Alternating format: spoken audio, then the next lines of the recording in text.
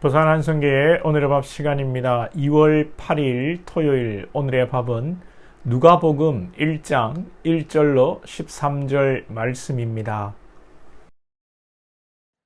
우리 중에 이루어진 사실에 대하여 처음부터 목격자와 말씀에 일꾼된 자들이 전하여 준 그대로 내력을 저술하려고 붓을 든 사람이 많은지라. 그 모든 일을 근원부터 자세히 미루어 살핀 나도 데오빌로 각하에게 차례대로 써보내는 것이 좋은 줄 알았노니 이는 각하가 알고 있는 바를 더 확실하게 하려 함이로라. 유대왕 헤롯 때에 아비야 반열에 제사장 한 사람이 있었으니 이름은 사가랴요. 그의 아내는 아론의 자손이니 이름은 엘리사벳이라. 이 두 사람이 하나님 앞에 의인이니 주의 모든 계명과 규례대로 흠이 없이 행하더라. 엘리사벳이 잉태를 못하므로 그들에게 자식이 없고 두 사람의 나이가 많더라.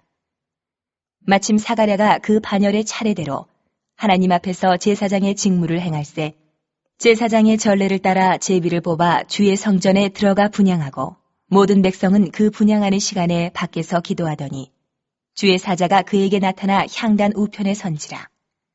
사가랴가 보고 놀라며 무서워하니 천사가 그에게 이르되 사가랴여 무서워하지 말라.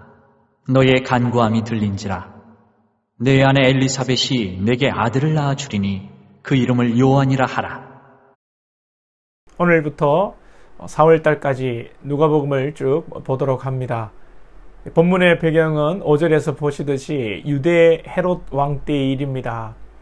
여기서 유대 왕 헤롯 때는 아주 암흑기이죠. 언제나 하나님께서는 이스라엘 가운데 임재하시고 나타나시고 말씀하여 주셨는데 사사 시대에도 그렇게 죄를 짓는 이스라엘 백성들에게 하나님께서 사사를 보내시고 주의 영이 임하여 이스라엘을 이방으로부터 구원하여 주셨는데 말라기, 구약 말라기 이후에 약 400년 동안 하나님의 묵시, 말씀, 하나님의 임재와 역사가 일어나지 않습니다. 하나님의 백성에게 하나님의 임재가 없다는 것은 곧 죽음을 의미하는 것이지요. 물고기가 물에서 살지 말고 물 밖에서 살아라고 하는 것과 같은 것입니다. 우리 삶 가운데 여러분 하나님의 백성인 우리 삶 가운데 우리에게 하나님이 아무런 간섭을 하시지 않는 것 같다는 생각이 들면 정말 그만큼 두려운 것도 없는 것이죠. 이것을 깨닫는 것이 은혜입니다. 이것도 깨닫지 못하고 그냥 그렇게 살아가는 것은 참 여러분 저주의 삶이지요. 잘못을 하면 하나님께서 야단도 치시고 잘하면 또 격려도 하시고 또 못해도 위로해 주셔야 하나님의 백성으로서의 존재감이 있지. 죄를 지어도 아무런 징계가 없다면 하나님의 백성이 아니라면 좋다고 하겠지만 하나님의 백성이고 하나님의 자녀라면 죄 가운데 하나님의 아무런 징계가 없다? 더 두려운 것이고 암흑기입니다. 영적으로 뿐만 아니라 이 헤롯 시대는 로마에게 지배를 당하고 있고 또 헤롯도 의심이 많은 인물이라 주변의 인물들을 많이 죽이고 백성들을 못살게 굴었던 그런 왕이죠. 영적으로 정치 사회적으로 주님이 오시기 전에 아주 어두운 그런 상태입니다. 이런 가운데 하나님께서 이바야의 반열의 이 제사장 사가랴와 그 아내 아론의 자손 엘리사벳을 택하사 주의 사자를 보내고 계시를 주사 하나님의 선지자 세례 요한을 예수님 앞서 보내십니다. 여러분 하루 중 가장 어두운 때가 언제인지 다 아시죠? 동이 트기 전에 가장 어둡다고 합니다. 우리는 가장 어려운 시기를 만나면 이제 곧 찬란한 하나님의 빛이 비칠 것을 기대하고 참고 이겨내야 될 줄로 믿습니다. 구약 말라기 이후 이스라엘은 400년을 기도하며 인내했습니다. 우리는 수십 년 기도한 수고가 있지요. 수십 년 평생 기도해도 안 이루어진 기도 제목이 있지요. 그러나 안 이루어졌다 할지라도 오늘 기도하는 우리에게 소망이 되는 줄로 믿습니다. 400년의 이스라엘 기도 가운데 때가 되매 때가 참에 오늘 본문에서 보시는 바와 같이 사가랴와 엘리사벳이 기도하며 하나님 앞에 의인으로 모든 계명과 규례대로 흠이 없이 살아왔습니다. 이제 하나님의 뜻이 이루어지는 것이죠. 우리가 잘 이해할 것은 사가랴와 엘리사벳이 하나님 앞에 신실하게 살려고 노력하고 그 규례를 행했다는 것이지 모든 율법에 흠이 없는 의인이라고 생각하면 안 됩니다. 흠이 없는 사람은 아무도 없습니다.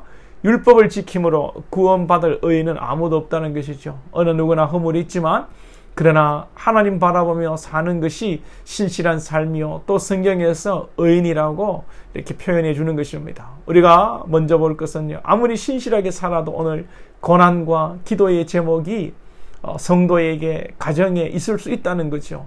사가랴와 엘리사벳의 기대 제목이 무엇입니까? 마음에 가장 아린 것이 자식이 없는 거죠. 이것이 기도 제목이었습니다. 오늘 13절에서 보면 천사가 그에게 이르되 사가랴야 무서워하지 말라. 너희의 간구함이 들린지라. 이 제사장 집안에 제사장의 직분을 이을 아들이 없었던 것입니다. 제사장은 세습직인데 어찌 아들이 없으니 제사장으로서의 직무가 이제 사가랴에 대해서 끊어질 판입니다. 지금도 남존 여비의 사상이 군데군데 남아있지만 2000여 년 전에 여러분 얼마나 이 아들을 보고 싶고 제사장직을 물려주고 싶었겠습니까? 이 아들이 없다는 것은 참 컴플렉스 중에 하나였을 것입니다. 뿐만 아니라 나중에 세례 요한을 낳았습니다. 그런데 집에서 키우지 못했습니다. 이 1장 누가복음 1장 끝에 보면 이 아이라 이 자라며 심령이 강하여지며 이스라엘에게 나타나는 날까지 빈들에 있으니라. 이 아들을 낳아서 이제 어느 정도 키우고 이 아들이 집에 있지 못하고 빈들에 나가서 그렇게 살아가야 한 그 선지자의 삶, 그 부모가 보기에 여러분 얼마나 마음이 참 애처롭겠습니까? 사가랴와 엘리사벳의 이 가정에 이렇게 기도 제목이 있었고 기도의 제목의 이 응답도 하나님께서 주셨지만 아들을 주셨지만 이 평생 부부의 기도 제목은 외동 아들 세례 요한이 참 기도 제목이었을 것입니다. 우리가 지난 수요일에 마태복음을 보면서 세례 요한의 이 참수에 대해서 다뤘습니다.